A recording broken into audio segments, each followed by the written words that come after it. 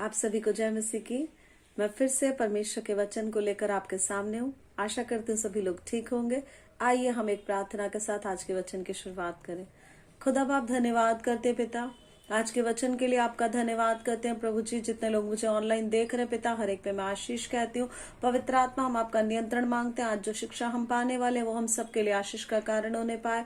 ओ प्रभु, वचन को चुराने वाली ताकतों को यीशु के नाम से डांटते हैं और आज्ञा देते दूर होने के लिए।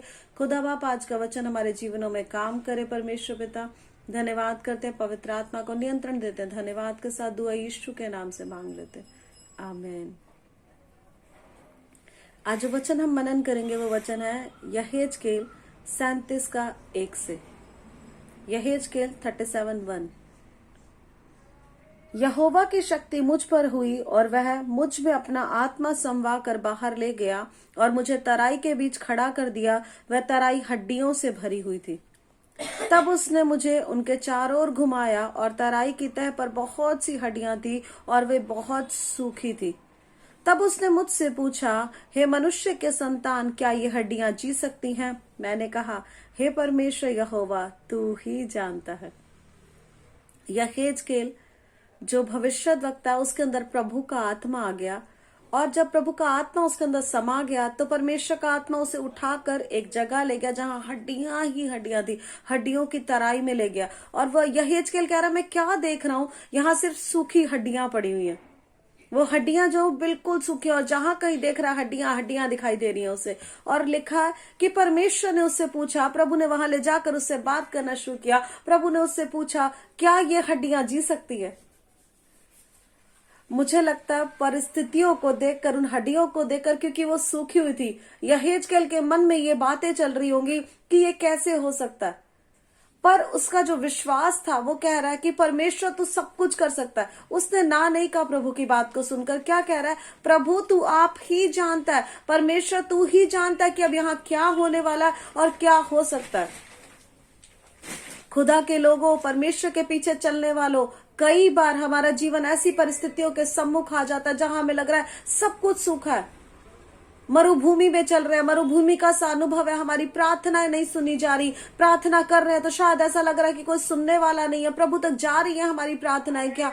तो उन परिस्थितियों के लिए परमेश्वर का आत्मा हमें ये सिखा रहा है कि हमें ये कहना है, हमें तो नहीं पता प्रभु यहाँ पर क्या होगा, हमें नहीं पता परमेश्वर यहाँ क्या होने वाला है, लेकिन तू आप ही जानता है, आप ही जानता है। पता है यहेजकेल का ये कहना कि परमेश्वर मैं नहीं जानता पर तू सब कुछ करने में सामर्थ्य है, ये उसके विश्वास को दिखा रहा है। अगर वो ये कहता कि नहीं ही हो सकता अपनी बुद्धि के अनुसार, अपनी भावनाओं के अनुसार, उन चीजों को देखते हो जो वो देख पा रहा है, तो कहीं ना कहीं उसे परमेश्वर की सामर्थ्य पे संदेह था। लेकिन उसने ऐसा नहीं किया। प्रियो, मुझे सुनने वाले लोगों, मैं आपसे कहना चाहती हूँ कि प्रभु का आत्मा आज आपसे कहना चाह रहा है। आपकी परिस्थितियां ऐसी हो सकती हैं जब आपको लग रहा हो कि सूखी हड्डियां या तराई का सा अनुभव आपके पास है, तब आपको अपनी भावनाओं के अनुसार नहीं, आपको खुदा के वचन के अनुसार कहना है कि परमेश्वर है और वो मेरे लिए सब कुछ कर सकता है। मेरा भरोसा मेरे परमेश्वर पे है और वो सब कुछ बदल देने की सामर्थ्य रखता है। यही बात सूखी हड्डियों से कह रहा है वो। और खुदा के लोगों, आपको एक बात समझने की जरूरत है कि प्रभु ने हमें भविष्यद्वक्ता ठहराया। कुछ लोगों को अलग तरीके से भविष्यवाणी का वरदान होता है, लोगों के जीवन के बारे में भविष्यवाणी करते हैं। लेकिन यिर्मयाह की पुस्तक में हम इस तरह से पढ़ते हैं, जब प्रभु ने यिर्मयाह को बुलाया तो एक बात कही कि मैंने तुझे जातियों के लिए भविष्यद्वक्ता ठहराया। खुदा ने हमें हमारे जीवन पे भविष्यवाणी करने का अधिकार दिया। प्रभु ने हमारे मुंह में सामर्थ्य दी है और हमें बोलना है कि मेरे जीवन की परिस्थिति बदल जाएगी यीशु के नाम में। जहां मैं खड़ा हूं यहां से उस पार जाऊंगा यीशु मसीह के नाम में। ये हर्डल भी, ये परेशानी भी, ये रुकावट भी दूर हो जाएगी। अब तक मैंने प्रभु के बड़े कामों को देखा, लेकिन आज एक और बड़े काम को मैं देखने जा रहा हूं। आपको ये बोलना है, सूखी हड्डियों से डरना नहीं है, परमेश्वर की महिमा करनी है, प्रभु की तारीफ करनी है। प्रभु ने आपको भविष्यद्वक्ता ठहराया है। आगे वचन में इसी तरह से बातें लिखी हैं। लिखा है यहाँ पर, तब उसने मुझसे कहा, इन हड्डियों से भविष्यवाणी करके कहे, हे सूखी हड्डियों, यहोवा का वचन सुनो। परमेश्वर यहोवा तुम हड्डियों से यूं कहता है, देखो मैं आप तुम में मांस समाऊंगा, तुम जी उठोगी और मैं तुम्हारी नसें उपजाकर मांस चढ़ाऊंगा, तुमको चमड़े से ढांपूंगा और तुम में सांस समाऊंगा और तुम जी जाओगी और तुम जान लोगे कि मैं यहोवा हूं। वहां खड़े हुए एक व्यक्ति से परमेश्वर कह रहा है, पर वो व्यक्ति के पास एक अनुभव है कि ये परमेश्वर जो बोल रहा ना, ये सब कुछ करने की सामर्थ्य रखता है। कई कई बार हमने लोगों के जीवनों को देखा होता है कि उनके जीवन में परिस्थितियां बदल गई, पर हमारे पास कोई व्यक्तिगत अनुभव नहीं होता कि जो बोल रहा है क्या वो हमारे जीवन में हो जाएगा परमेश्वर के सामर्थ्य के द्वारा। क्या जो हमसे बात कर रहा है वो प्रभु ही है? क्या जो हमसे बोल रहा है वो परमेश्वर ही है? आज खुदा से उस अनुभव को मांगे। हमें समझ में आना चाहिए जो हमसे बात कर रहा है क्या वो परमेश्वर है, क्या वो आवाज प्रभु की है, क्या वो वचन परमेश्वर का है। अगर आप ये समझ जाएंगे कि जो आपसे बात कर रहा है वो परमेश्वर है, तो कैसी भी परिस्थिति क्यों ना हो, जो प्रभु बोलेगा ना आप वो बोलना शुरू करेंगे। मेरे जीवन में मेरे पास कई अनुभव है जब मेरी परिस्थितियां ऐसा लग रहा था कि आगे बढ़ नहीं सकते, मेरी भावनाएं मुझे आगे बढ़ने नहीं देती थी, मेरी परिस्थितियां मुझे आगे बढ़ने से रोकती थी, तो मैं एक बात कहती थी, प्रभु मुझे समझ तो नहीं आ रहा। शायद यहेजकेल के लिए भी ऐसी चीजें होंगी, जो प्रभु बोल रहा ना वो उसकी समझ से बाहर है। सूखी हड्डियों में कैसे मांस आ सकता है? मांस था उन हड्डियों में एक दिन, लेकिन आज वो सूख गई है, वो मांस सब कीड़ों ने खा लिया। अब वो परिस्थितियां दोबारा नॉर्मल नहीं हो सकती, कुछ भी नहीं बदल सकता। शैतान आकर आपके कानों में ये बातें बोलता है कि तेरी परिस्थिति नहीं बदलेगी, तेरा जीवन नहीं बदलेगा, जो कुछ था मैंने उसे खत्म कर दिया, उजाड़ दिया। इन हड्डियों को देखकर यहेजकेल को भी यही लग रहा है, अरे इनमें तो जीवन था, इनमें तो मांस था, यहाँ तो नसें थी, लेकिन कीड़ों ने सब कुछ खा लिया, खत्म कर दिया, नष्ट हो गया। अब ये सूखी हड्डियां, तो जीवन कहां से आ सकता है? उसकी बुद्धि उसको ये बोल रही होगी। शायद विरोधी कान में फुसफुसाकर आपको ये बातें बोलता होगा, लेकिन प्रियो, मुझे सुनने वाले लोगों, खुदा का आत्मा आज आपसे कह रहा है, अपनी परिस्थितियों को मत देखो, उन सूखे जीवनों को, उन सूखी हड्डियों को मत देखो। केवल जो मैं कह रहा हूं ना, जो मेरा वचन कहता है, जो मेरा कलाम कहता है, वो बोलना शुरू करो, तो आपके लिए चीजें बदलेंगी। खुदा ने कहा यहेजकेल से तू भविष्यवाणी कर, तू बोल कि यहाँ पर क्या हो सकता है, तू बोल कि खुदा क्या करने के लिए सामर्थ्य है, तू बोल जो मैं तुझे कहने के लिए कह रहा हूं। और वो क्या बोल रहा है? मैं ऐसा सोचती हूँ कल्पनाओं में कई बार, अगर कोई व्यक्ति उसे सुन रहा हो जहां यहेजकेल था, तो सोच रहा होगा शायद यहेजकेल पागल हो गया। सूखी हड्डियों से बात कर रहा है, सूखी हड्डियों से बोल रहा है तुम में मांस आ जाएगा, तुम जी उठोगी, और जो निर्जीव है उसमें कैसे जीवन आ सकता है? शायद कोई सुनने वाला व्यक्ति ऐसे कहे। मेरे प्रियो, हमारे जीवन में भी ऐसा होता है, जब हम विश्वास को थाम कर खड़े रहते हैं ना, तो बहुत बार लोग हमारा मजाक उड़ाते हैं, बहुत बार लोग हंसते हैं, अरे तेरे लिए कुछ नहीं बदलेगा, किससे प्रार्थना कर रहा है? क्या तेरा प्रार्थना करने वाला सुन रहा है? अगर तेरा परमेश्वर जीवित होता तो ऐसी परिस्थितियों में क्यों होता? छोड़ दे खुदा को। लेकिन आपको खड़े रहना है वहां पर विश्वास के साथ, और अपनी निर्जीव परिस्थितियों से, ये सूखी हड्डियां निर्जीव परिस्थितियों को दिखा रही हैं, मरी हुई परिस्थितियों को दिखा रही है, जहां कोई जीवन नहीं है, जहां कोई रास्ता नहीं है। लेकिन प्रियो, आपको खुदा से कहना है, परमेश्वर तू मेरे जीवन को बदल सकता है। अगर कोई कुछ कर सकता है तो वो तू है, अगर कोई बदल देने की सामर्थ्य रखता है तो वो खुदा तू है परमेश्वर। और आपकी निर्जीव परिस्थितियों में खुदा काम करना शुरू करेगा। भविष्यवाणी करनी है, आपने बोलना शुरू करना है। और इजरायलियों के लिए कहा गया, तू अपने मुंह को खोल तो मैं उसे भर दूंगा। मतलब जो वचन तू बोलेगा, जो बातें तू बोलने जा रहा उन्हें मैं तेरे मन में डालूंगा, और वो भविष्यवाणी के शब्द बनकर पूरे होते चले जाएंगे। प्रभु आपके लिए करने जा रहा है। विश्वास करे, जो विश्वास कर रहा है वो आमीन कहे। खुदा आपके लिए सब कुछ बदलने जा रहा है। आगे इस तरह से लिखा है, इस आज्ञा के अनुसार मैं भविष्यवाणी करने लगा कि मैं भविष्यवाणी कर ही रहा था कि एक काहट आई और भूडोल हुआ। वे हड्डियां इकट्ठी होकर हड्डी से हड्डी जुड़ गई। मैं देखता रहा कि उनमें नसें उत्पन्न हुई और मांस चढ़ा, और वे ऊपर चमड़े से ढप गई, परंतु उनमें सांस कुछ न थी। जब हम प्रभु की बात को सुनकर सिर्फ बोलना शुरू ही करते हैं, अर्थात विश्वास का कदम ही बढ़ाते हैं, हमारे मुंह से निकलने वाले शब्द, एक ही शब्द जब निकलना शुरू होता है, काम होना शुरू हो जाता है। शायद ऐसा लगता है मुझे, जब भूडोल आया होगा, तब जब भूकंप आया होगा, और जब ये आहट हुई होगी, तो यहेजकेल डर गया होगा, घबरा गया होगा। क्या मैंने सही सुना? क्या मैं सही कर रहा हूं? मुझे लग रहा है वो सोच रहा होगा, अरे अभी तो तराई में खड़ा था, सब नॉर्मल था, लेकिन अब तो परिस्थितियां शायद और बिगड़ रही हैं। भूडोल उसे डरा रहा होगा, शायद वो डर रहा होगा, थोड़ी घबराहट उसके मन में आ गई होगी कि ये क्या हुआ, अचानक से भूडोल कैसा आ गया? क्योंकि प्रभु ने तो नहीं कहा ना भूडोल के द्वारा ये सब कुछ होगा। कई बार परमेश्वर हमें कुछ कहने के लिए कहता है, कहीं ले जाकर खड़ा करना चाहता है, कोई जगह उसने हमारे लिए सोच कर रखी, कोई स्थान सोच कर रखा, लेकिन वो हमें नहीं बताता ये होते हुए क्या होगा, या तुझे जब वहां पहुंचना, या इस आश्चर्य कर्म को मैं करूंगा तो क्या घटेगा।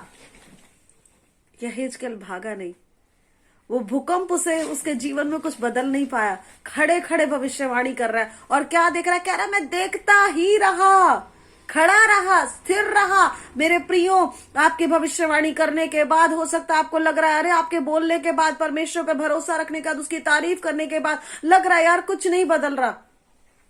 अचानक से कुछ आहट होने लग जाती है, अचानक से हमारे जीवन में और परेशानी आती है। लेकिन यहेजकेल की तरह क्या करना है? हमें देखते ही रहना है, उसकी ओर ताकते रहना और खड़े रहना है, क्योंकि हमारी सहायता स्वर्गों से आती है। प्रियो, वो कह रहा मैं देखता ही रहा, और अचानक क्या हुआ? हड्डी हड्डी इकट्ठी हो गई, जुड़ गई, मांस चढ़ गया और चमड़े से ढप गई, लेकिन अभी उसमें सांस नहीं थी।